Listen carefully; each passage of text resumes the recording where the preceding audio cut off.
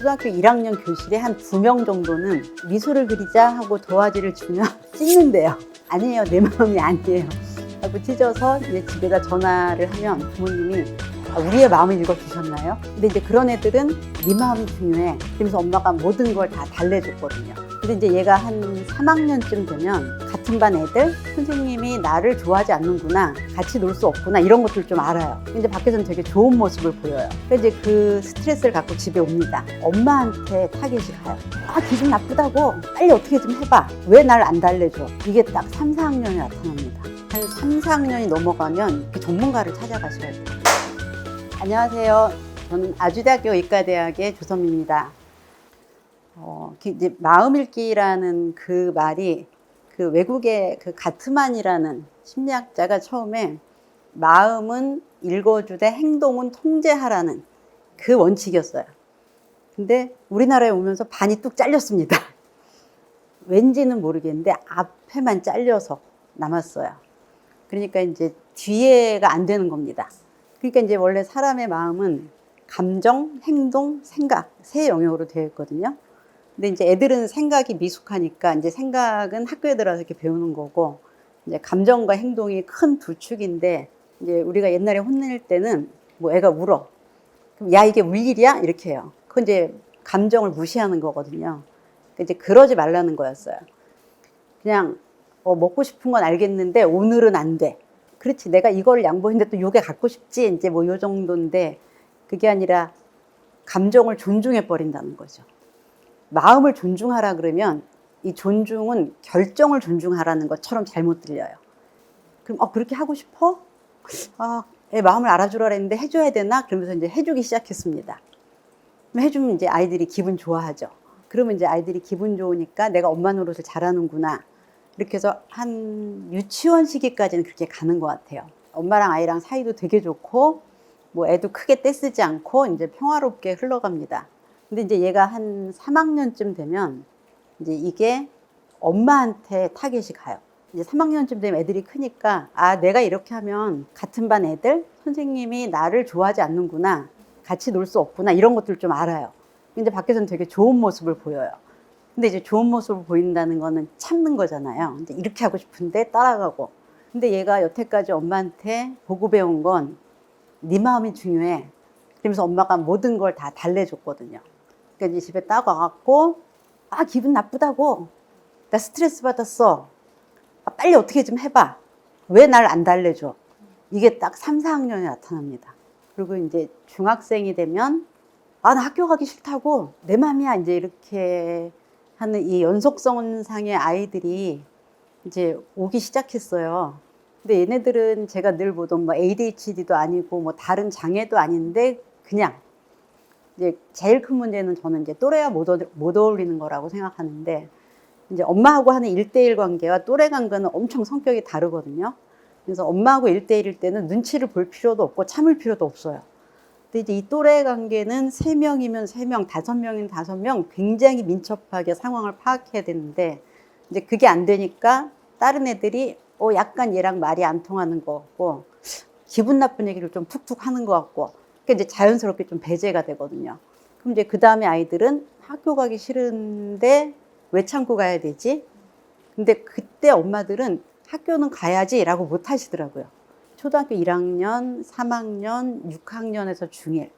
그래서 이 마음을 읽어준 아이들, 그러니까 이제 어머니들하고 얘기를 해보면 정말 친구처럼 지냈다. 정말 얘가 자기 마음을 다 얘기했고, 자기도 거기에서 정말 진심을 다해서 들어줬다라고 하는 집이 그 중에 꽤 많아서, 감정적 좌절을 너무 안 겪어서 그렇구나. 왜 제가 위험을 극복하려면 위험에 맞서 봐야 된다 했잖아요. 근데 이제 거절이나 좌절에 대해서 견디는 힘이 생기려면 그게 있어야 되는데, 다른 애들하고 비교해서 훨씬 없는 애들이 이제 요즘 상담을 받는다, 이런 현상을 제가 보고, 이거 마음 읽기는 반드시 균형이 이루어져야 되겠다. 그래서 마음 읽는 건 괜찮은데 반드시 행동을 통제하시라고 말씀드리고 싶습니다. 저는 이제 뭐 사실 육아를 이런 방법으로 하는 게 좋다, 저런 방법으로 하는 게 좋다라는 원칙이 있진 않아요. 원래 육아는 이론이 없어요. 그게 있을 수가 없지 않나요? 그냥 어떤 문화와 상식과 뭐 본능, 직관, 요즘 같으면 뭐 공부, 강의, 임상을 하면서 한 10년 정도까지는 제가 알던 이론은 딱 하나였어요. 애정과 훈육이 같이 있어야 된다. 그래서 제일 잘 크는 애들은 애정도 많고 훈육도 많아야 된다. 네, 그런 집 애들이 제일 잘 큰다. 뭐 이런 사사분면. 근데 이제 2000년대 전후로 만난 집들은 그 당시만 해도 체벌이 되게 많았습니다. 그래서 병원으로 오는 애들 중에는 너무 무섭고 너무 혼나갖고 이렇게 뭐 위축된 애나 그런 애들이 많았거든요.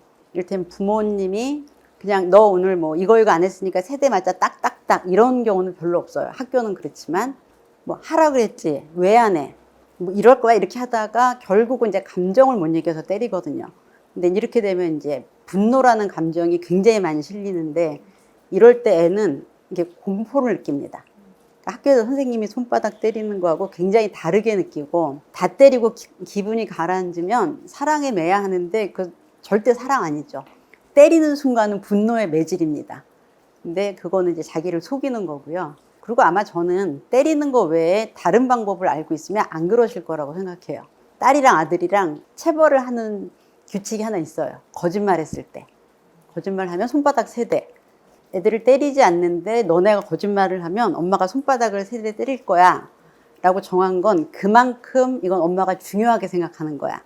근데 이제 아마 용서할 수 없는 잘못이라는 거는 이제 그 정도일 것 같은데 제가 교육도 하고 그럴 때 부모님들이 가장 못하는 게 어떤 행동에 대해서 결과를 어떻게 주느냐예요.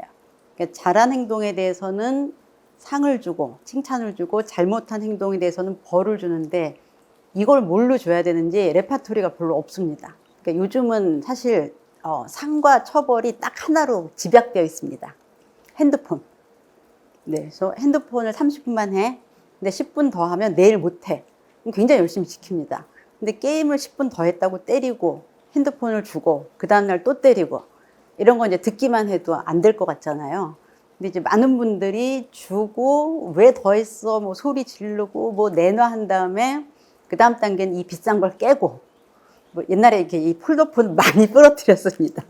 그때 장사가 잘 됐다고 하던데 그냥 이거를 하루 동안 이렇게 못하게 하시면 돼요. 그냥 자 우리가 규칙을 이렇게 정했지? 줘. 근데 처음에 이렇게 규칙을 정하고 엄마가 딱딱 거기에 맞춰서 하면 애들도 반발을 안 해요. 근데 자 하면 안 돼 하고 이제 애를 줍니다. 그러면 이제 좀 더 해요. 그러면 하면 안 된다 그랬잖아. 너 또 하면 진짜 혼나.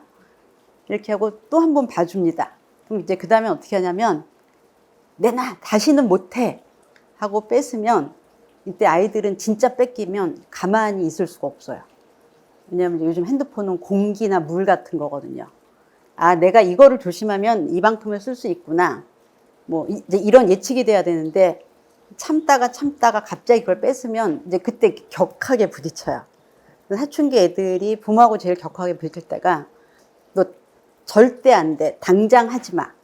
근데 이거는 거의 백발백중 부딪힘으로 가거든요. 그래서 저는 추천하는 게 오늘 30분이야. 30분에 딱 끝내면 내일은 10분 더하게 해줄게. 근데 30분을 못 지키면 내일은 못 해. 이 정도의 처벌이 제일 합리적이라고 생각이 돼요.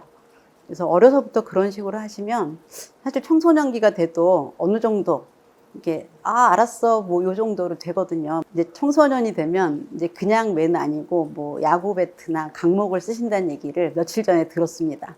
그 요즘 이제 애를 하나나 둘쯤 키우는데 어른하고 애하고 1대1로 맞서서 센 사람이 약한 사람을 때린다. 이건 사실 애 입장에서는 굉장히 공포스럽기 때문에 딴 방법을 쓰시는 게 100배 낫습니다.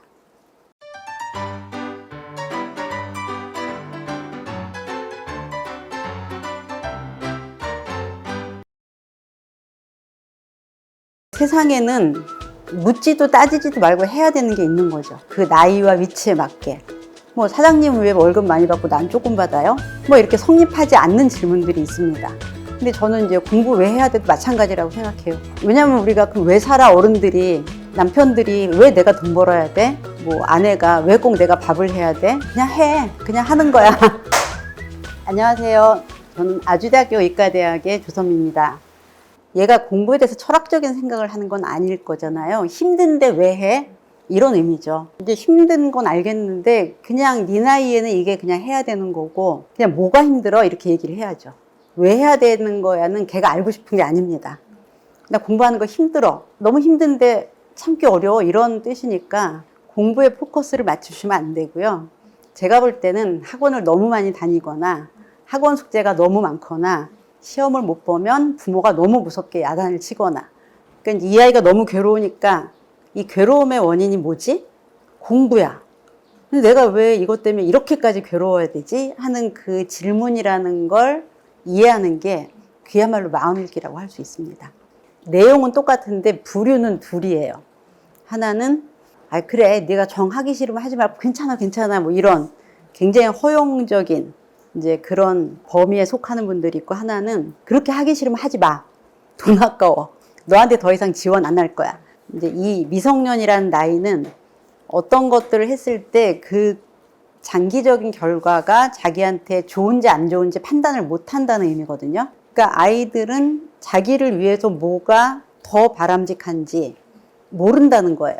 근데 그거를 네가 알아서 해야 하는 건 사실은 보호자 역할을 안 하는 겁니다. 그러니까 얘가 자기를 위한 적절한 성인에 가까운 판단을 못 내리는데 알아서 해는 책임을 놓는 거죠.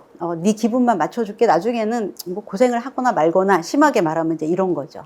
뒤에 지원을 안 할 거야 라고 말씀하시는 분들은 대부분 좀 있다가 진짜 안 다닐 거야 이럽니다.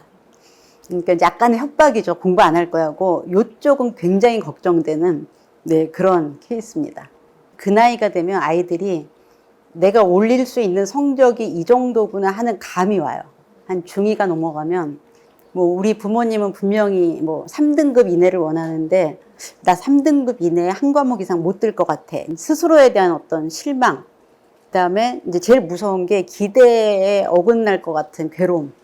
그게 사실 가장 많습니다. 그래서 많은 분들이 얘가 주도적으로 공부에 대해서 뭔가를 생각하고 판단한다고 생각하지만 그렇지 않아요. 뭐 초등학교 때 막 잘했어. 야, 너 똑똑하다. 너는 스카이 가겠다.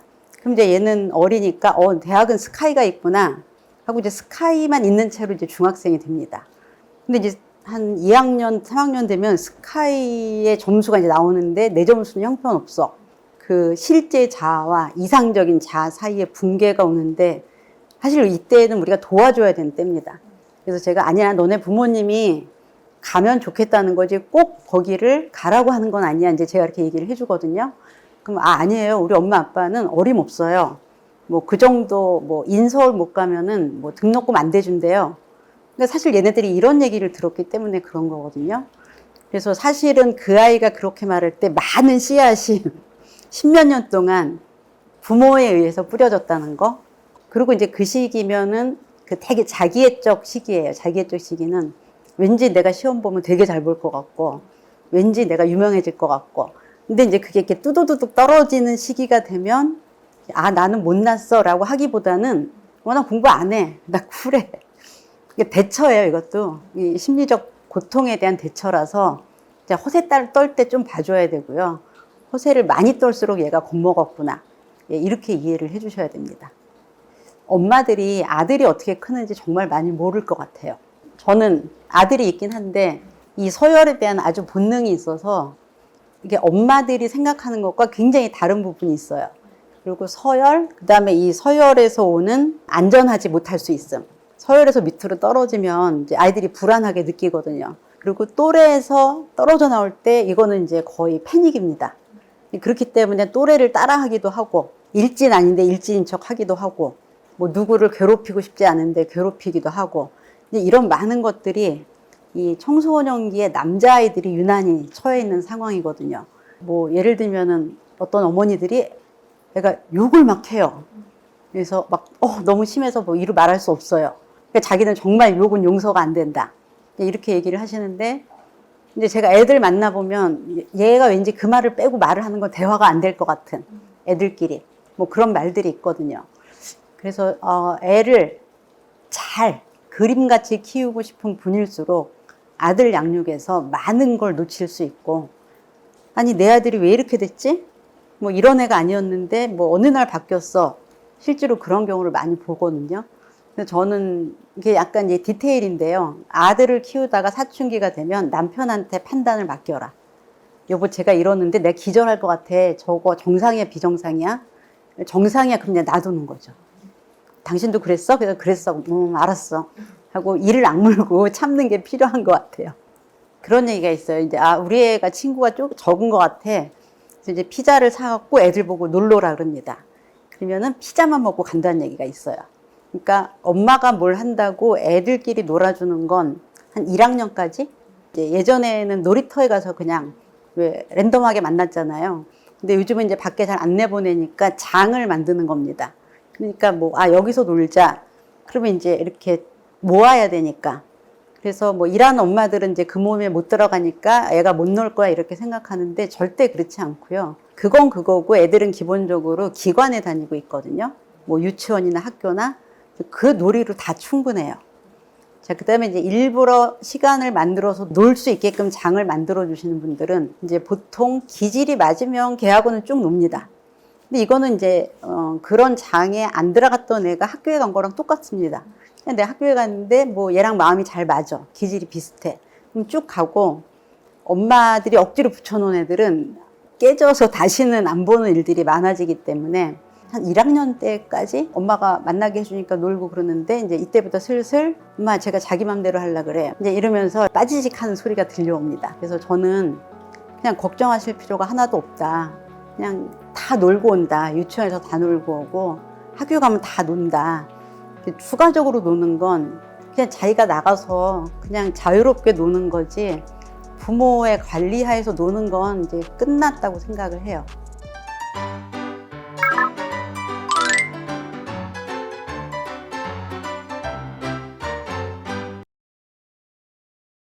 이전에는 이런 모습을 보였습니다. 공부를 잘하는 아이는 이제 공부를 잘하고, 운동을 잘하는 아이는 또 운동을 잘하고.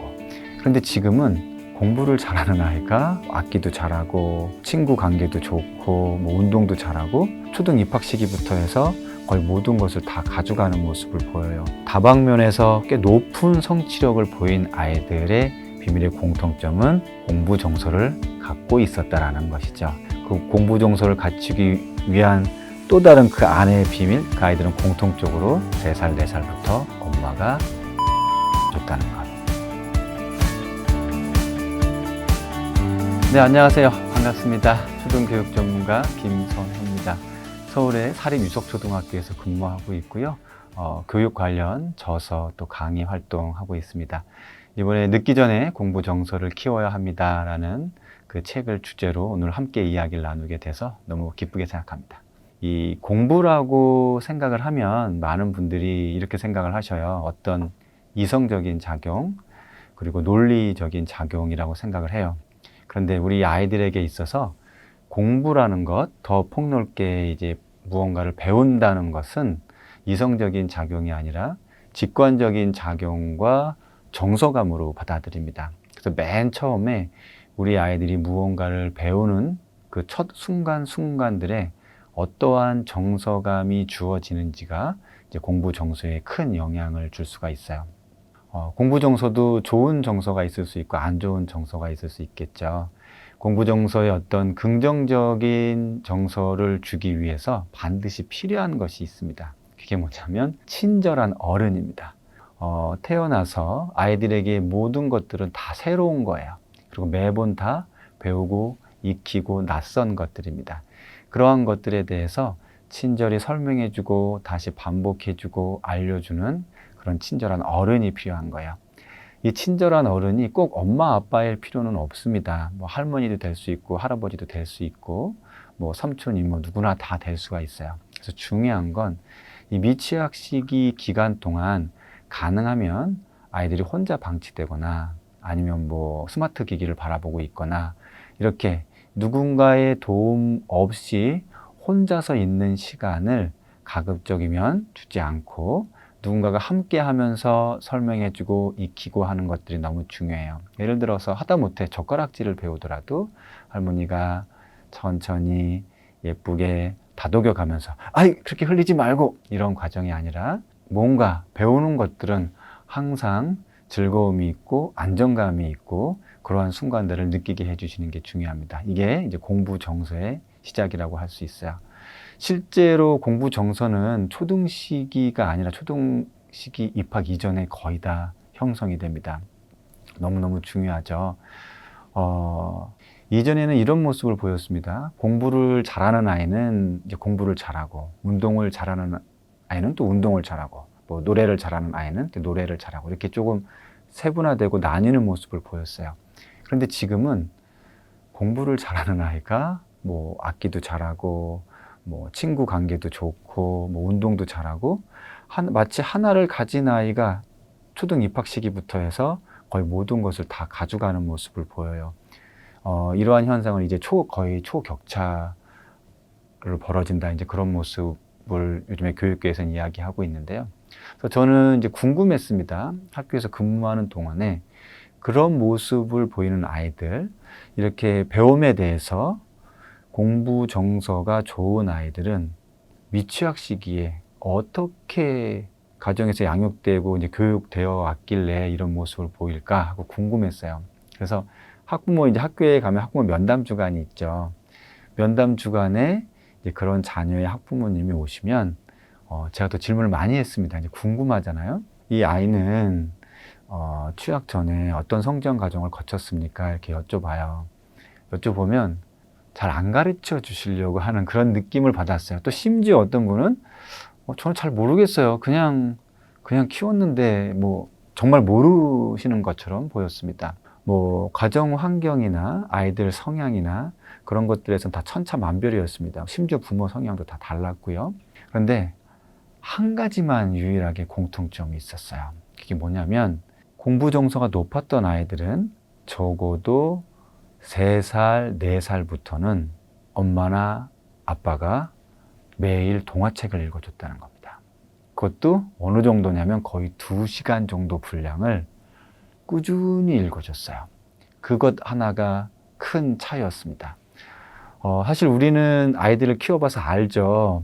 2시간 동안 동화책 읽어준다는 거, 이거 정말 어려운 일입니다. 네.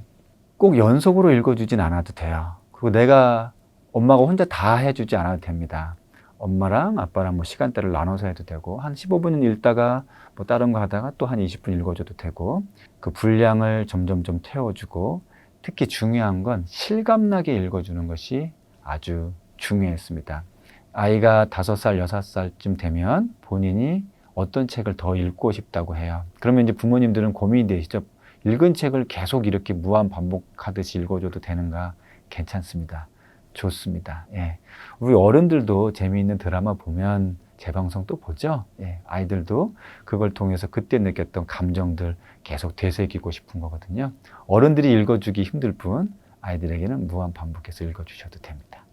물론 이렇게 말씀드려도 저희는요 너무 바쁘고요, 뭐 2시간 도저히 어려울 것 같아요 라고 말씀하시는 분들이 계셔요. 충분히 이해합니다.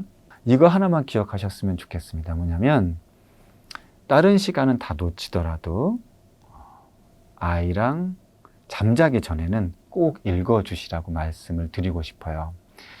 잠들기 전의 시간에 아이랑 함께 하면서는 다른 일들, 걱정거리 다 내려놓으시고 너와 함께 이 책을 읽는 시간이 너무나도 행복하고 안정감 있다는 느낌으로 책을 읽어주시는 거예요. 그럼 아이도 그 시간 정말 행복감을 느끼면서 엄마가 혹은 아빠가 또는 할머니, 할아버지가 읽어주는 책을 들으면서 잠이 드는 거죠. 이게 어떤 영향을 주냐면 이제 잠이 듭니다. 잠이 들면 우리의 무의식은 이제 꿈속에서 발현된다고 그렇게 표현을 해요.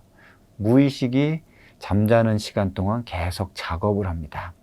중요한 것들 남겨놓고 필요 없는 것들 버리고, 그런데 잠들기 전에 엄마와 함께한, 그리고 그 시간에 함께 가지고 있던 이 책, 또 책 속의 등장인물들, 그런 것들이 꿈속에서 계속 작업을 이루어주면서 무의식 안에 각인하는 효과를 줘요.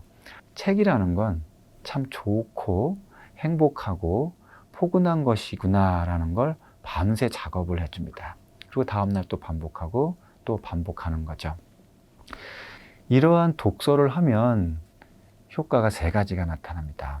이것이 이제 입학 이후에 공부 정서를 계속 지속하게 하는 힘으로 작용하는 거예요. 첫 번째로 직접 경험하는 그런 효과를 가져다 줍니다. 우리가 보통 독서라고 하면 간접 경험이라고 생각하죠. 그건 어른들에 해당되는 거고요. 미취학 시기는 직관적인 사고를 하기 때문에 책에 있는 내용이 나와 떨어져 있는 내용이 아니라 실제로 나에게 일어나고 있는 일이라고 느껴요. 그렇기 때문에 직접 체험의 효과가 되는 거죠. 뭐 어릴 때 다양한 체험이 너무 중요하다 해서 이것저것 많이 체험을 하게 하시는데 그것도 중요하지만 아주 효과적인 건 다양한 책을 읽어주면 그것을 통해서 엄청난 직접 경험의 효과를 갖게 한다는 거고요. 그리고 이제 두 번째로 공감력이 높아집니다. 특히 엄마가 실감나게 읽어주죠. 그리고 매번 동화책 안에 어떤 등장인물들이 나온단 말이에요. 이 등장인물이 대화도 하고 행동도 하고 어떤 사건도 일으킵니다. 그러한 과정들을 엄마가 읽어주는 실감나는 목소리를 통해서 사람의 감정을 읽을 수 있게 돼요. 이 감정을 읽을 수 있게 되어야 이제 타인에 대한 공감력을 형성할 수 있죠. 그리고 등장인물들의 어떤 행동들, 판단들을 통해서 도덕적인 기준을 알게 됩니다. 우리가 훈육을 통해서 윤리적인 기준을 알려주는 방법도 많이 쓰지만 그런 부분은 일정한 저항이 오게 되어 있어요. 하지만 동화책을 통해서 등장인물과 스토리를 통해서 전해지는 그런 윤리 기준들은 저항을 갖지 않죠. 판단하고 이럴 땐 이렇게 말해야 되는구나, 이렇게 행동해야 되는구나, 이런 건 나쁜 거구나, 이런 건 좋은 거구나를 알 수가 있게 돼요. 그래서 공감력도 형성할 수 있고 어떤 도덕 윤리적인 기준도 형성할 수 있고 이게 결국 초등 입학 이후에 대인 관계력에 아주 큰 영향을 줍니다. 그 아이들은 그걸 바탕으로 뭐 친구 관계가 좋은 것은 그냥 기초로 깔고 가고요. 어떤 학교에서 주어지는 활동들에 있어서 이제 리더 역할을 하게 되죠. 그 리더도 그냥 리더에도 여러 유형이 있는데 이제 선한 리더형의 역할을 할 수 있게 됩니다. 이렇게 독서, 엄마가 미취학 전에 읽어주는 독서가 이렇게 좋은 효과를 줄 수 있고요. 공부 정서에 직접적인 영향을 주는 게 있습니다. 바로 어휘력입니다. 그렇게 많은 시간 동안 책을 읽어주면 당연히 어휘력이 좋을 수밖에 없겠죠. 여기서 유념하실 것이 있는데 뭐냐면 이 어휘력이라는 게 혼자 책을 읽을 수 있는 능력을 말하는 게 아니에요. 들으면 그 단어가 무슨 뜻인지 알고 그래서 그 문장을 이해하고 전체적인 틀을 다 이해하는 데 도움이 되는 것들이 이제 어휘력이 됩니다. 이 어휘력이라는 게 사실 만 2세 정도까지만 해도 이미 400단어의 차이를 갖고 온다고 해요. 그 전에 얼마나 많은 이야기들을 들려줬느냐에 따라 이미 400단어가 차이가 있죠. 어른에게 이 400단어는 뭐 그렇게 영향력을 주지 않습니다. 다른 것들로 충분히 커버가 되고 뭐 차이가 있는지 없는지 못 느껴요. 하지만 만 2세의 아이에게는 그 400단어는 세상을 바라보는 창문이 400개나 더 있는 것과 똑같습니다. 그런데 그렇게 400개의 차이에서 계속 책을 읽어줌으로 인해서 초등 입학 전에 이미 몇천 단어 이상의 어휘력이 차이가 난 상태로 시작이 되는 거예요. 그럼 어떻게 되느냐? 초등학교에 올라와서 선생님이 설명을 해줍니다. 저학년 선생님들은 최대한 쉬운 단어로 설명을 해 주셔요. 그래도 드문드문 어른들이 사용하는 말, 중학년, 고학년들이 알아들을 만한 말들이 섞여 들어가게 됩니다. 근데 이때 이미 3살부터 충분히 누군가가 책을 읽어주는 걸 생활화한 아이들은 그 어휘력을 바탕으로 수업 내용이 재미있고 이해가 된 채로 잘 따라가죠. 그게 결정적인 차이가 됩니다. 그러면 당연히 수업 중에 질문도 잘하게 되고 집중하는 모습도 보이겠죠. 자, 앞서 말씀드린 대로 미취학 시기에 이미 이렇게 친절한 어른이 있고 누군가가 실감나게 동화책을 읽어주었다면 그 아이는 공부 정서감이 형성됐습니다. 우리 아이는 그 시기를 놓쳤어요. 어떻게 해요? 지금부터라도 공부 정서를 어떻게 하면 될까요? 이제 그 부분을 말씀드릴게요.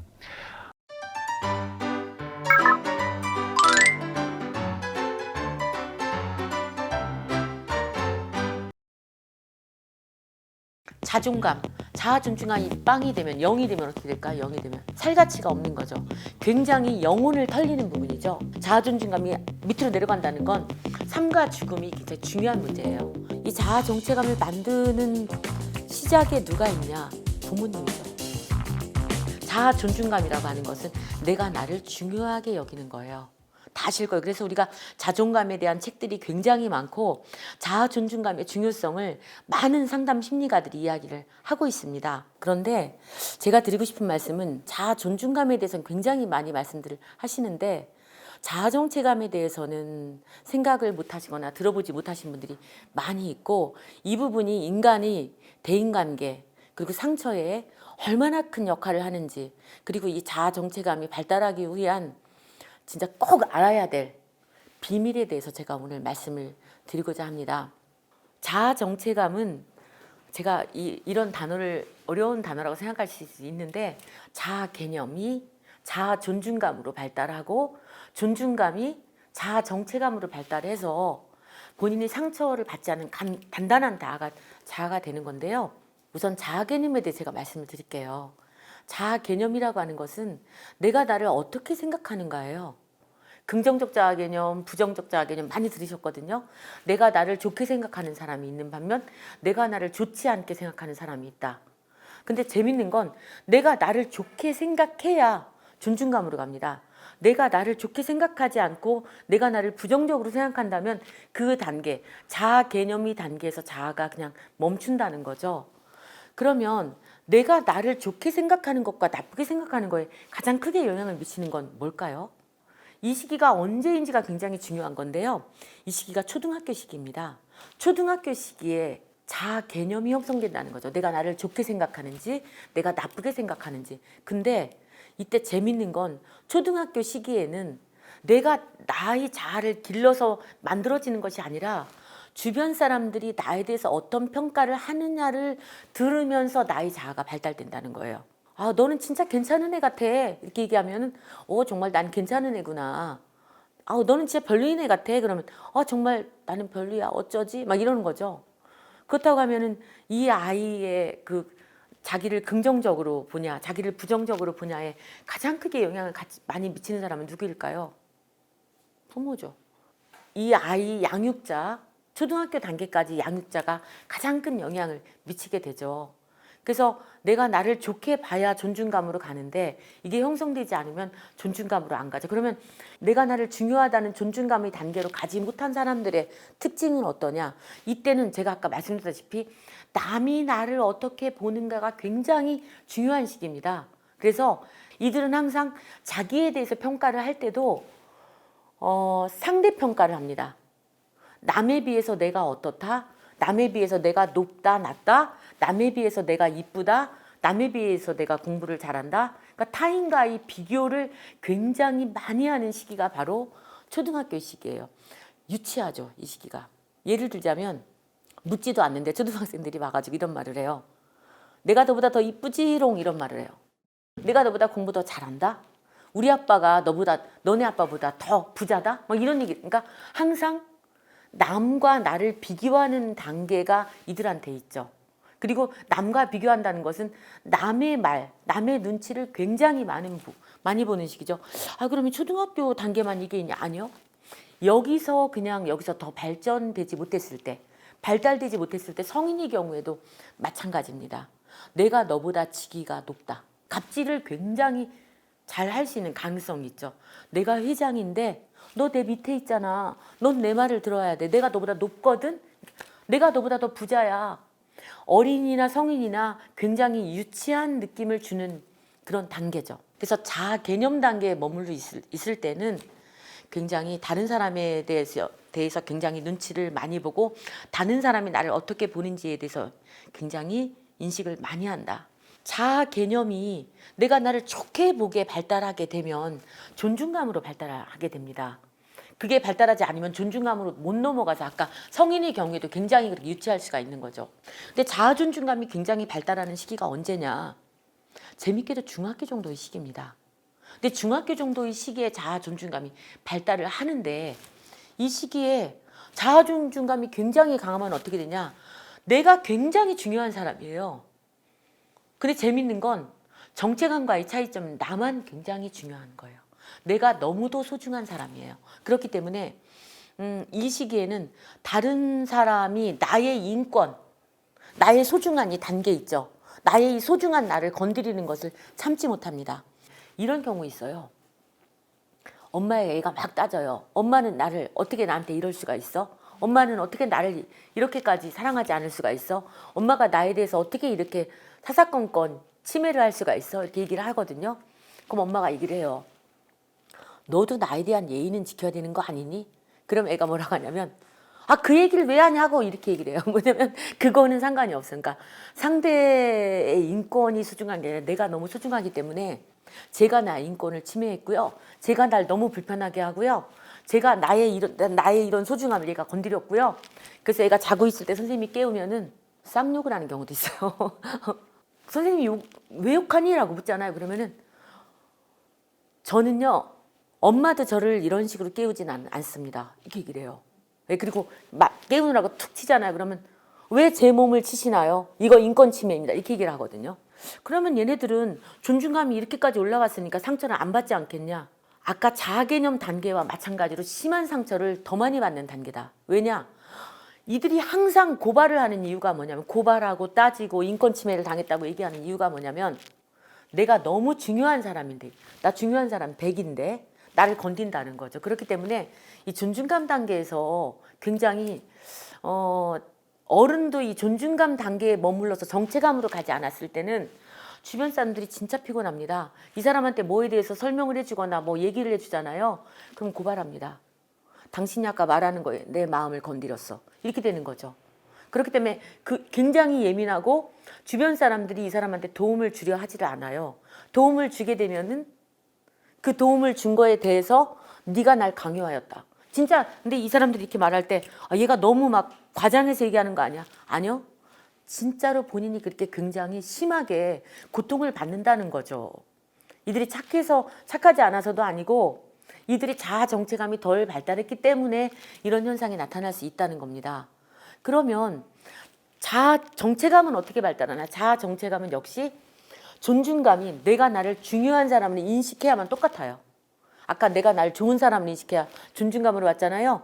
내가 나를 중요한 사람으로 인식해야만 반드시 정체감으로 갑니다. 정체감으로 가게 되면 이거는 이때부터는 어떻게 되냐면 너와 나가 다 그럴 수 있는 거예요. 그러니까 내가 굉장히 소중한 사람이듯이 너도 그가 그럴 수 있고 나도 이럴 수 있고 내가 그한테 어떤 해만 끼치지 않는다면 그러니까 나는 나다는 거예요. 나는 나이다. 나는 나이기 때문에 주변 사람이 너에 대해서 나에 대해서 막 이렇게 막 무슨 지적질을 심지어 막 나에 대해서 고통을 주기 위해서 막 말을 해.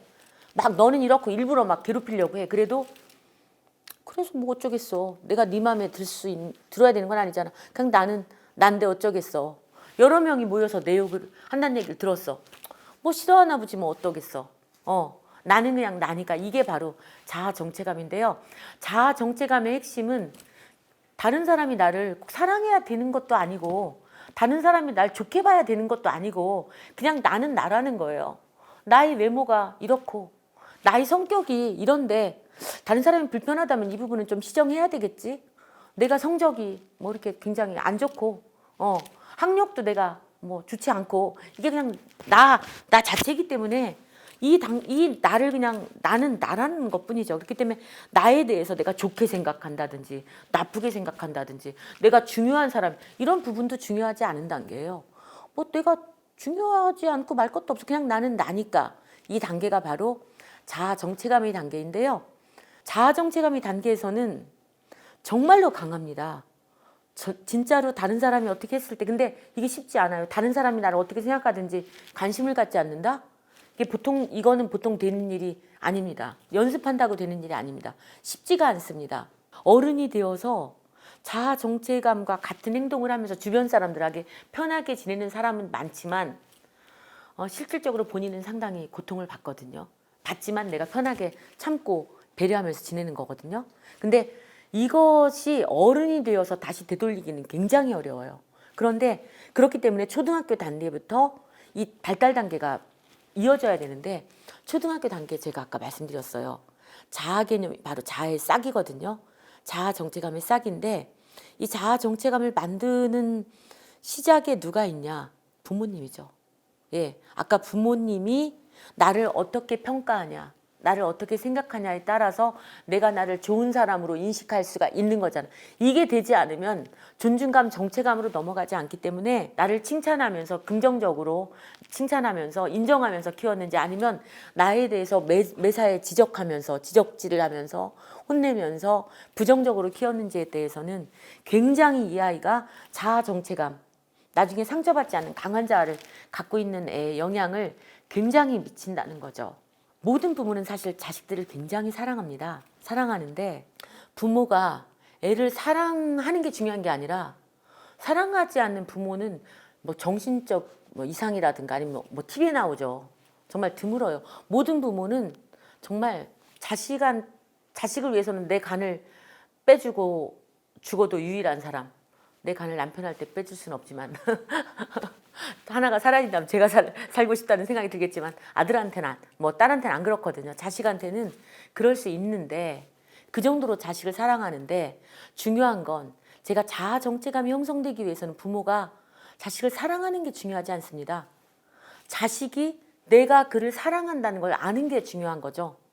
네. 근데 그렇게 말씀드리면 부모님들은 이러세요. 갑자기 뭐 저랑 대화를 하시고 나서 막 집에 가시면 이래요. 야, 내가 너를 얼마나 사랑하는지 알지? 이런 얘기 좀 하시지 마세요.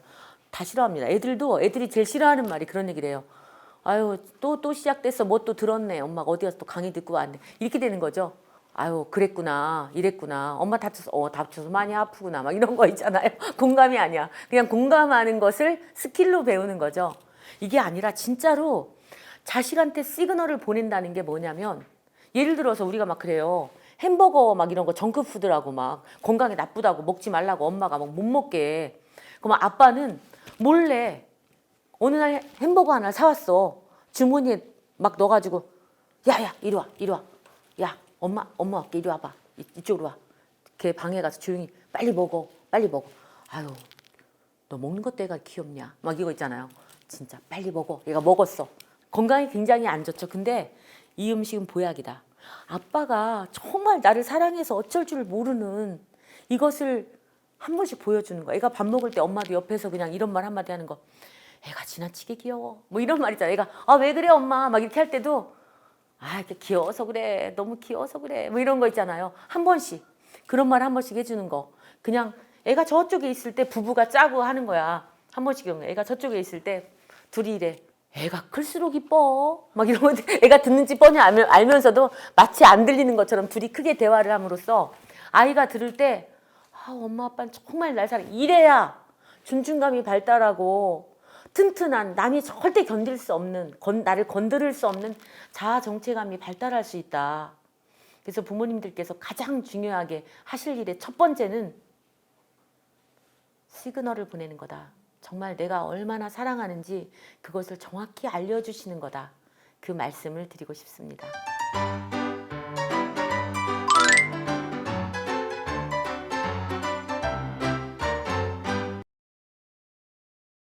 왜 공부해야지? 돈만 벌면 되는 거 아니야? 재미가 없다. 일단은 공부를 해야 되는 이유가 있다라는 것 자체가 모순이에요. 공부는 그냥 학생이라서 하는 거예요. 사춘기 때 공부에 유실이 생기면 그때 열심히 한다고 해서 잘해지기는 조금 어려워요. 내 친구는 싸워가면서도 엄마가 학원 가라 그러고 공부를 시켰다. 근데 왜 나는 그때 안 잡아줬느냐. 사춘기에 가장 중요한 공부. 그중에서 최고 중요한 거는 수학. 두 번째 국어. 이 두 가지는 싸워가면서도 부모가 좀 지켜야 되는 거고. 사춘기가 되면 아이들은 공부를 하기 싫어합니다. 이유는 공부를 왜 해야 하는지 생각하기 때문입니다. 예전에는 친구들이 하니까 공부하는 모습을 엄마가 좋아하니까 그냥 따라하는 공부였다면 사춘기에는 왜 공부해야지? 돈만 벌면 되는 거 아니야? 라는 질문이 공부가 하기 싫을 때마다 자녀의 마음을 혼란스럽게 합니다. 부모님들은 가끔 너 공부하기 싫으면 안 해도 돼. 너 하고 싶은 거 해. 내가 도와줄게. 얼핏 들으면 이 이야기가 아이들에게 힘이 되고 스트레스도 줄어들게 만들 거라고 생각하시지만 아이들의 공부를 더 안 하게 되는 원인이 됩니다. 그리고 사춘기 친구들이 하는 말은 공부가 조금 재미있으면 공부를 할 만하겠다라는 겁니다. 그러면 제가 이야기합니다. 공부는 원래 재미가 대체로 없는데 어쩌다가 재미있는데 어떡하지? 하면 아이들이 굉장히 당황합니다. 공부는 학생이라서 그리고 내가 보다 나은 사람이 되려고 배우고 익히고 나를 발전시키기 위해서 하는 것이지 실용성만을 가지고 공부를 평가한다면 내가 하고 싶은 공부가 없어지고 매번 흔들리게 됩니다. 공부하는 이유는 어찌 보면 심플합니다. 공부를 하는 이유는 자녀가 학생이기 때문입니다. 아이들도 학생이라는 직업이 있고 어찌 보면 책임입니다. 공부는 돈을 벌기 위해서 하는 것이 아니라 온전히 기능하는 인간으로 성장하기 위한 과정이고 때로는 하기 싫은 걸 참으면서 해내는 사회 구성원으로서의 나의 책임을 배우는 것입니다. 사춘기 공부를 관리하기 위한 팁은 아이에게 공부를 왜 해야 되는지 진지하게 생각해보고 이야기하는 시간을 가지셨으면 좋겠습니다. 공부하는 이유와 생각이 정리되면 공부 잡념이 많이 줄어들 수 있습니다. 이때 도움이 되는 활동이 진로나 흥미를 찾는 것입니다. 간혹 진로나 흥미가 없어서 공부가 안 되는 것으로 생각하실 수 있는데 이것은 핑계에 불과합니다. 지금 당장 진로와 흥미가 발견되지 못해도 괜찮습니다. 진로는 고정된 것이 아닙니다. 미래에는 한 사람이 많은 직업을 가질 수도 있기 때문입니다. 두 번째는 공부를 관리하는 공식적인 코치 혹은 멘토의 역할을 자녀와 상의해서 부여받으시기 바랍니다. 자녀와 부모가 어떤 것을 도와야 하는지 서로 상의하고 도와주시기 바랍니다. 그 분야에 최고의 실력을 가진 국가대표 선수들도 생활을 관리받는 코치가 있습니다. 무엇인가 노력을 해야 하는 일들, 경쟁이 있는 것들엔 고통이 따르고 슬럼프도 있기 때문에 누군가 함께하고 도와주는 것이 필요하기 때문입니다. 이제 성인으로 발전하고 있는 자녀들도 마찬가지입니다. 부모님은 코치 같은 역할로 자녀를 관찰하고 도움을 요청할 때 적극적으로 나서주시고 힘이 들면 격려하고 때로는 훈육도 할 수 있어야 합니다. 사춘기에는 실패와 게임 중독과 같은 위험을 부모님이 꼭 함께 관리해 주시기 바랍니다. 사춘기쯤에 처음으로 시험을 보게 되고 교우관계도 어렵고 아이들은 자존감이 많이 낮아집니다. 노력해도 오르지 않는 성적과 원하는 아이와 친해지지 못하는 것들은 아이들의 입장에서는 모두 실패일 수 있습니다. 부모님 입장에서는 신경 쓰지 말라는 이야기 하실 수 있는데 이거는 힘든 감정을 표현하지 말고 억압하라는 말과 같습니다. 힘들 때는 표현할 수 있게 부모님은 들어주시고 위로해 주시는 것이 필요합니다. 대신 해결해 주시라는 이야기는 아닙니다. 게임 등은 중독의 속성이 있는데 내가 알아서 할게 라는 자녀의 말에 기회를 주셔서 조절할 수 있게 알아보시고 아니라면 조절을 도와주셔야 합니다. 이미 중독적인 성향이 있다면 아이와 다투고 힘든 상황이 되더라도 부모님은 아이가 중독에서 빠져나올 수 있도록 혹은 중독에 빠지지 않도록 적극적으로 개입을 하시고 이때 관계가 손상되지 않게 노력해야 합니다.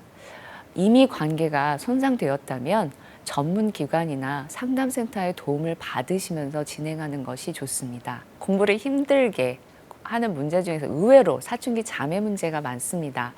사춘기 아이들은 늦게 자고 아침에 일어나지 못하는 모습을 보입니다. 다음은 사춘기 잠의 원인을 잘 아시면 되는데 사실 이 부분을 잘 모르시는 부모님도 상당히 많습니다. 쉽게 말해서 사춘기 아이들의 뇌는 리모델링 공사 중이라고 이해하시면 편합니다. 백화점에서 리모델링 공사를 한다고 한번 생각해 보시면 영업시간이 아닌 때 휴점 상태에서 공사를 진행해야 합니다. 아이들 뇌도 같습니다. 아이들의 뇌는 활발히 활동하는 일과 시간이 아닌 잠자는 휴식 시간에 이루어지기 때문에 잠이 꼭 필요하고 이 시기에 잠은 늘어납니다. 성장하면서 잠의 패턴이 아동의 수면에서 성인의 수면 패턴으로 바뀌면서 나타나는 현상입니다. 청소년이 되면 수면에 영향을 주는 호르몬인 멜라토닌의 분비 시간이 늦춰져서 아침에 일어나기 힘들어집니다. 멜라토닌 분비 시간이 지연이 되면 빛에 대한 민감성이 줄어들게 되고 날이 밝으면 저절로 깨어지는 기능이 아동기에 비해서 떨어지게 됩니다. 아동기와 비교해서 생활이 무너지고 퇴보된 것이 아닌지 걱정하실 수 있지만 이 역시 사춘기의 변화입니다. 아이들이 나태해졌다 오해하지 마시고 한심한 눈으로 야단치지 마시고 수면 관리하는 것을 도와주셨으면 좋겠습니다. 이때 깨는 시간을 조절하시려고 하는 것보다는 잠에 드는 시간을 일정하게 조정을 하고 몸이 기억하게 해서 적정한 시간을 규칙적으로 자는 것이 좋습니다. 저는 대입 때 급체로 시험을 제대로 보지 못했습니다. 지금도 너무나도 생생한 기억인데 4교시 때 시험이 끝나는 시간보다 먼저 시험장을 나왔습니다. 이때 아이들이 한 명 떨어졌구나 하면서 나를 보았던 아이들의 시선, 그 싸늘함이 마음의 상처로 남아서 지금까지 시험 불안, 이렇게 큰 자리에 나서게 하는 일이 모두 무섭고 불안합니다. 이때 경험한 상처는 단순히 실패에 대한 것이 아닌 공부에 대한 배신감이었습니다. 열심히 하지 않은 것 같은 다른 친구들이 운이 좋아 붙고 열심히 한 나는 운이 없어 떨어지는 것 같았습니다. 공부가 운에 맡겨진다면 난 더 이상 공부하고 싶지 않다라는 생각이 들었고 거의 매일 울고 잠만 잤던 것 같습니다. 그러던 어느 날 저희 아버지가 갈 데가 있다며 저를 호텔 커피숍으로 데려갔습니다. 처음으로 저는 비싼 커피숍에서 정식으로 커피를 마셨고 아버지는 길지 않게 말씀하셨습니다. 지금 실패는 긴 인생을 보면 점과 같다고 얘기하셨습니다. 그리고 도와주시겠다고. 저는 다시 일어날 수 있었습니다. 만약 그때 우리 아버지가 나에게 민감하게 반응하지 않으셨다면 제가 평생 우울증을 앓았을 수도 학업을 이어가지 못할 수도 있었겠다라는 생각을 해봅니다. 지금 이 강의를 들으시는 부모님들도 부모님들에 대한 어떤 한 장면이 있지 않으실까 싶습니다. 자녀는 부모와 관계를 인상적인 그 장면으로 기억하고 평생을 사는 것 같습니다. 엄마는 갱년기, 아빠는 은퇴기에 가까워 부담스러운 일이 많고 힘든 것은 부모님도 마찬가지입니다. 자녀들의 말에 상처받고 힘들었다면 솔직하게 말씀하셔도 됩니다. 그냥 너무 강하고 훌륭한 모습이 아니어도 됩니다. 사람 대 사람으로 사춘기 자녀와 만나시기 바랍니다.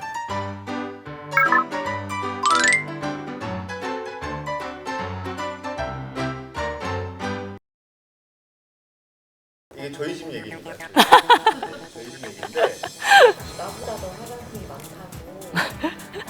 그때쯤 되면 아빠가 한 번 전화를 근데 맞자.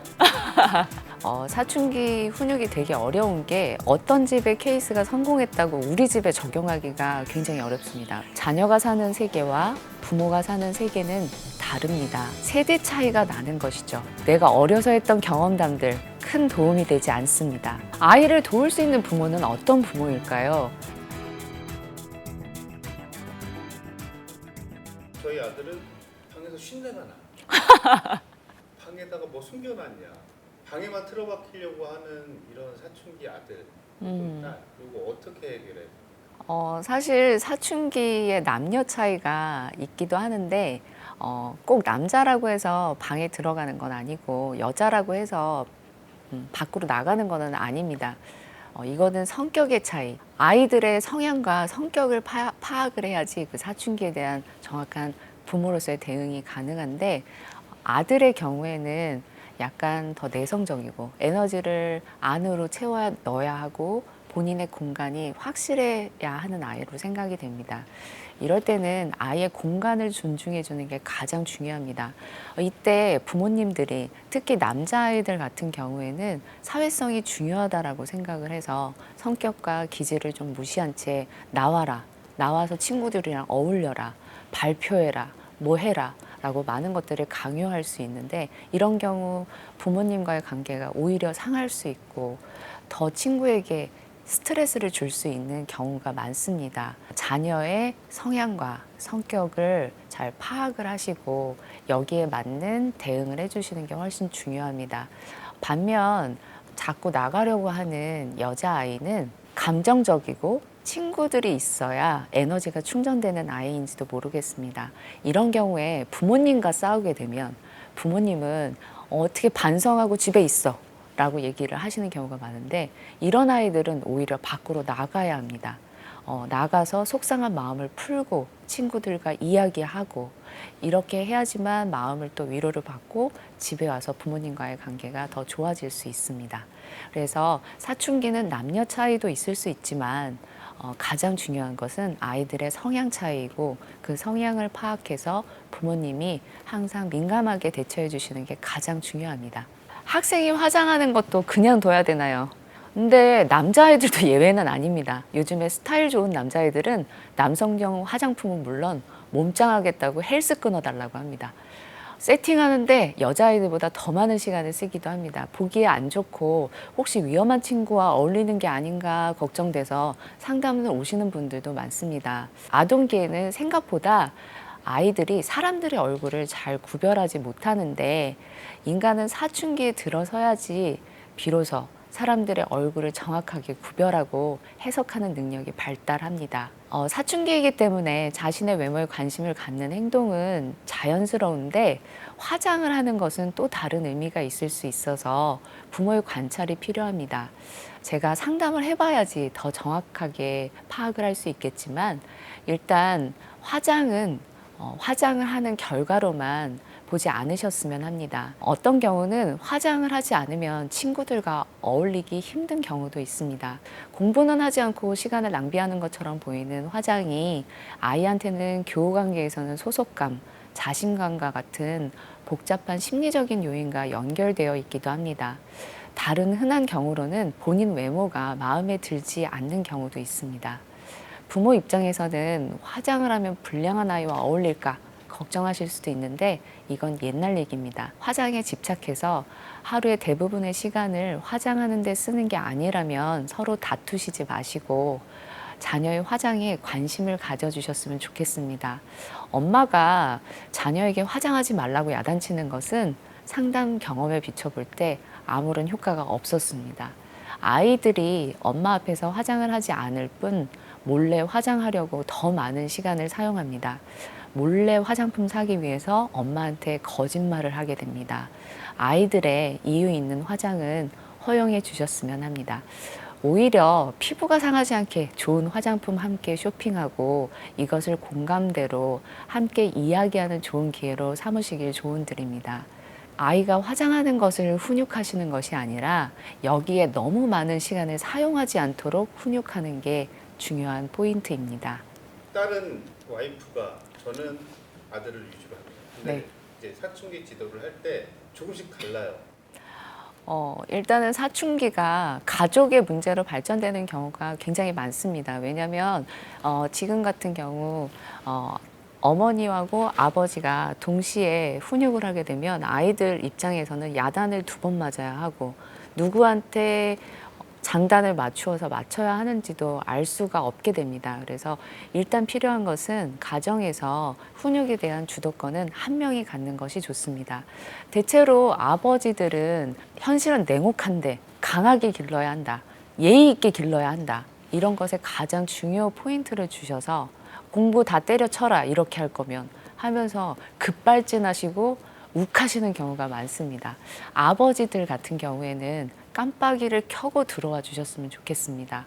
사실은 아버지가 사춘기 자녀와의 관계에서는 중요한 역할도 하는데 이때 손상된 관계가 생기게 되면 아버지와 관계가 안 좋아질 확률이 어머니보다 훨씬 높습니다.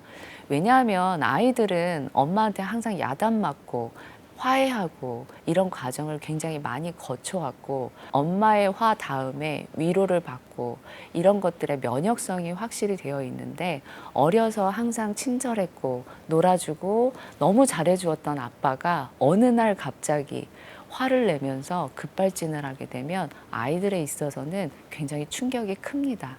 부부가 어느 한 분에게 양육의 주도권을 주시고 한 분은 피할 그늘이 되어 주셨으면 좋겠습니다. 사춘기라고 봐주고 맞춰주고 있는데 언제까지 이렇게 해야 하냐. 훈육을 할 때 사춘기라고 모든 거를 봐주고 넘어가는 게 답은 아닙니다.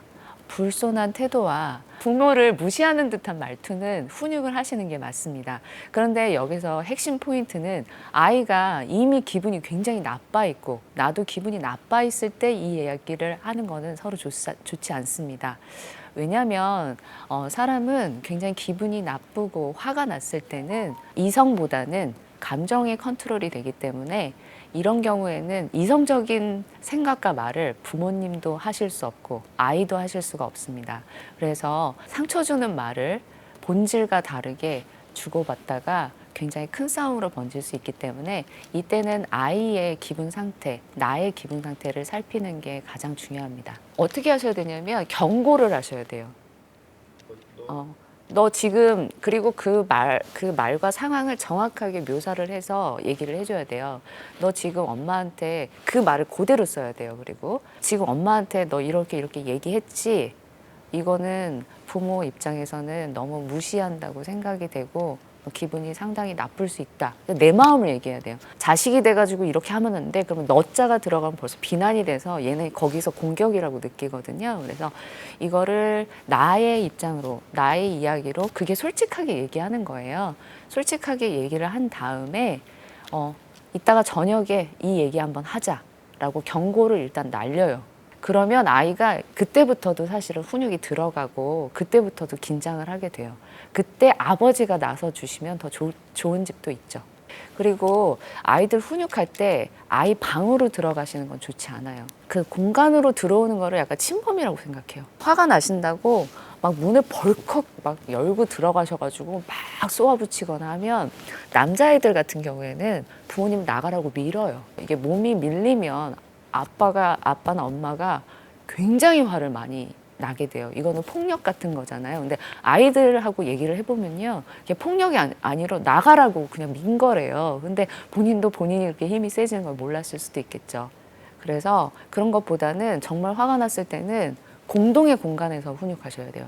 정말 사이가 나빠지고 뭔가 정말 진지하게 얘기해야 되겠다라고 하면 스타벅스나 어디 그냥 외부에 가서 얘기하라고 말씀드려요.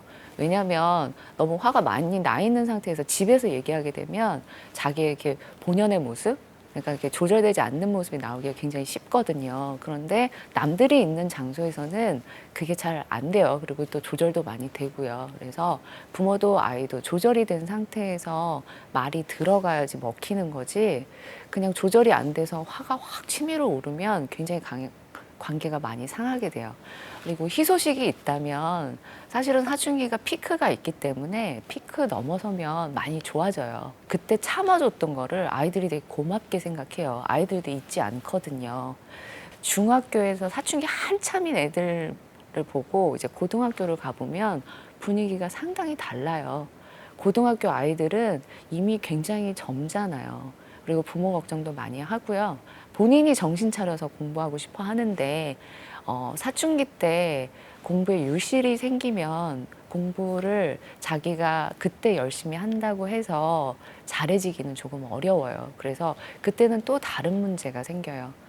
수학이나 이런 것들은 연계가 돼서 연결성이 있는 과목이거든요. 근데 사춘기 때 그 학습을 유실해 버리면 내가 열심히 해도 잘 안 되는 이런 좌절의 부분 때문에 아이들이 오히려 굉장히 우울해하기도 해요. 또 그때 아이들이 어떤 얘기도 하느냐면 내 친구는 싸워가면서도 엄마가 학원 가라 그러고 공부를 시켰다. 근데 왜 나는 그때 안 잡아줬느냐. 이렇게 얘기하는 친구도 요즘에는 상당히 많아요. 그래서 어려우시는 건 알겠지만 사춘기의 가장 중요한 공부로 치면은 국영수인데 그중에서 최고 중요한 거는 수학, 두 번째 국어. 이 두 가지는 싸워가면서도 부모가 좀 지켜야 되는 거고, 마지노선은 통금 시간 그리고 공부, 이 두 가지는 좀 지켜주시는 게 이제 아이들이 나중에 크게 어긋나거나 아니면은 또 다시 공부한다고 마음 먹었을 때 그래도 도움이 될 수 있죠.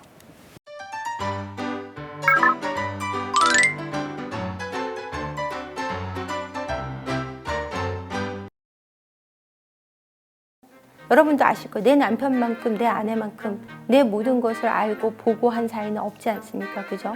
너무나 많이 알고 있다는 이유로 더 잘 돼야 한다는 생각 때문에 자꾸 좋지 않은 부분을 고쳐주겠다. 못하는 것을 자꾸 얘기하게 되고 자꾸 속상한 것을 얘기하게 되고 이러다 보면 둘 사이의 존중이 없어질 수밖에 없는 것 같아요. 아내가 더 이상 나를 괜찮은 남자라고 느끼지 않는다는 사실 때문에 엉뚱한 데 가서 내가 괜찮은 남자라고 얘기하고 있는 겁니다.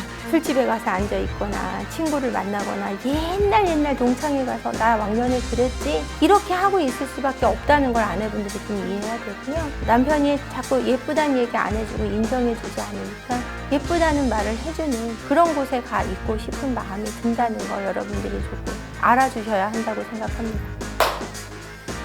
안녕하세요. 세포언니의 행복한가의 대표 한재원입니다. 부부상담과 개인 심리치료를 하고 있습니다. 그렇다면 진짜 존중이라는 것은 어떤 거냐라는 얘기를 좀 해드려야 될 것 같아요. 진짜 존중은요, 칭찬을 해준다. 인정만이 그럼 진짜 존중이냐? 그게 아니고요. 저 사람이 나하고 다르다는 걸 인정한다는 것이 사실은 진짜 존중입니다. 근데 다들 그러세요. 저는요, 알아요. 그거 알고 있어요. 다르다는 거 인정하는 거 알아요. 근데 제 말을 안 들어요. 이렇게 얘기하세요. 제가 하라는 걸 안 하니까 제가 이러는 거 아닙니까? 진짜 존중은요, 다르면 나하고 생각하고 행동하는 것이 다를 수 있는 거에 대한 인정이에요. 근데 다른 거는 인정하지만 내가 하라는 대로 안 하는 게 화가 나는 건 그건 존중이 아니고요. 지배, 통제, 억압이라고 하는 겁니다. 그래서 그렇게 말하시는 분들을 제가 딱 심리검사를 해보면요. 다면적 인성검사를 해보면 거기에 지배성 막 이렇게 나와요. 병적으로 나와요. 문제 있음 이렇게 나와요. 너무 지배하고 싶어하고 통제하고 싶어하는 욕구가 크게 드러나 있는 분들이 있습니다. 그래서 정말 존중을 한다는 건 저 사람이 나와 다르다는 것. 어떻게 다르냐면요. 부부는 정말 다를 수밖에 없어요. 우리는 전혀 다른 세계에서 산단 말이에요. 제가 지금 앞에 계신 분들과 지금 같은 한국에 살고 있고 지금은 여기에서 같은 세계에 지금 잠깐 몇 시간 존재하는 거지. 우리는 각자 만나는 사람과 먹는 음식과 존재하는 공간과 그리고 함께하는 사람들이 전혀 다릅니다. 우리는 한국에 살고 있다는 어떤 그런 정의만 있을 뿐 우리는 다른 세계에 살고 있다는 것을 아셔야 되는데 그렇게 다른 세계 속에 자란 남자와 여자가 만나서 한국과 미국인만 다른 게 아니에요. 다른 부모, 다른 경험, 그죠? 다른 정서, 그 안에서 자라와서 함께 하는데 그런 다른 세계에서 자란 사람들이 같을 수 없어요. 이 부딪힘이 어떤 사람은 이 바보야 이렇게 얘기했을 때 어렸을 때 아빠가 이 바보야 하고는 볼을 꼬집고 뽀뽀를 해주던 아빠가 있으면 아 사랑한다는 의미구나 라고 받아들이지만 어떤 아버지는 이 바보 새끼가 하면서 주먹으로 때리던 아버지 밑에서 자란 사람은 바보야 했을 때 주먹이 날아오겠구나 라고 깊은 내면에서 움직임이 있단 말이에요. 그래서 같은 부부로서 생활을 할 때 아이가 바보야 라고 얘기하면 엄마는 바보야 소리에 뽀뽀를 받았던 엄마는 녀석 꽤나 좋은가 보네 이러는데 아빠는 어디서 이 녀석이 폭력을 휘두르냐고 화를 낸다고요. 이것이 다름을 인정하지 못하는 데서 오는 존중이 없는 것을 예를 들어 드릴 수 있을 것 같아요. 가장 쉽게. 그러니까 우리가 전혀 다르게 자랐다는 사실, 저 단어 하나만으로도 우리가 다른 정서를 받아들일 수 있다는 사실을 인정하고 저 사람이 반응하는 거에 대한 이해가 있어야 되고 저 사람의 트라우마를 이해해서 그 상황에 대한 어떤 편안함을 줄 수 있는 대화가 필요하고 그 이해를 구해줄 수 있는 그런 여유가 있어야 참된 존중이라고 할 수 있겠습니다. 그렇다면 이게 어떻게 자녀를 향한 존중으로 연결이 되냐면 내 아이들은 그렇다면 내 아내와 남편의 다름을 인정함과 동시에 내 아이들을 바라보는 관점은 어떠냐면 제가 뭘 알아? 이런 관점으로 바라보시는 부모들이 많다는 걸 제가 알고 있어요. 그래서 애들은 몰라. 기억 못해. 3살, 4살 때 유럽 데려간다 그러면 뭘 한다고 유럽을 데려가. 걔네들 제주도 간다. 제주도 뭐하러 가. 애들 기억도 못해. 엄마 아빠한테 고마운 것도 몰라. 고마우라고 데려가는 게 아니고요. 3살, 4살 때 가서 아이가 느꼈을 정서, 엄마 아빠가 행복해했다는, 나와 행복해했다는 그 분위기, 그 느낌을 갖고 아이는 자라게 됩니다.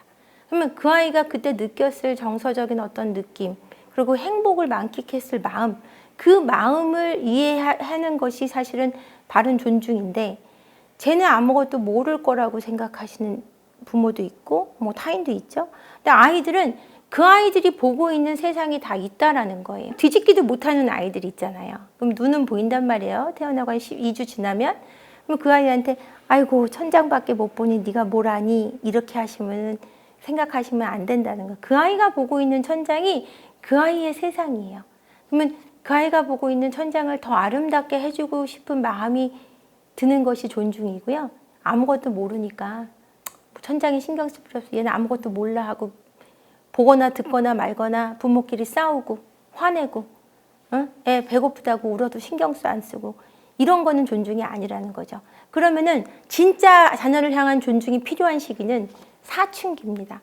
왜냐하면 정말 재밌는 게, 많은 분들을 만나보면서 재밌는 게, 애가요 사춘기가 시작돼서 장난 아니에요. 반항하고요, 신경질 내고요, 막 집 나가고요. 사춘기는 뭐 피해가나 봐요.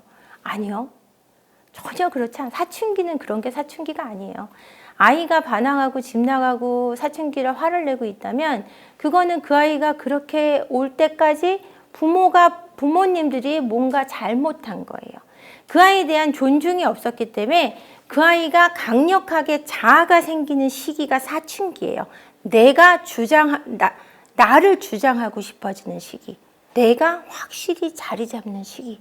근데 그게 너무 과부하가 걸리긴 해요. 막 내가 자리 잡으니까, 내가 자리 잡기 시작하니까 이 뇌 속이 막 폭발하긴 해요. 그러니까 어떻게 나를 바로잡아야 될지 모르겠는 거예요.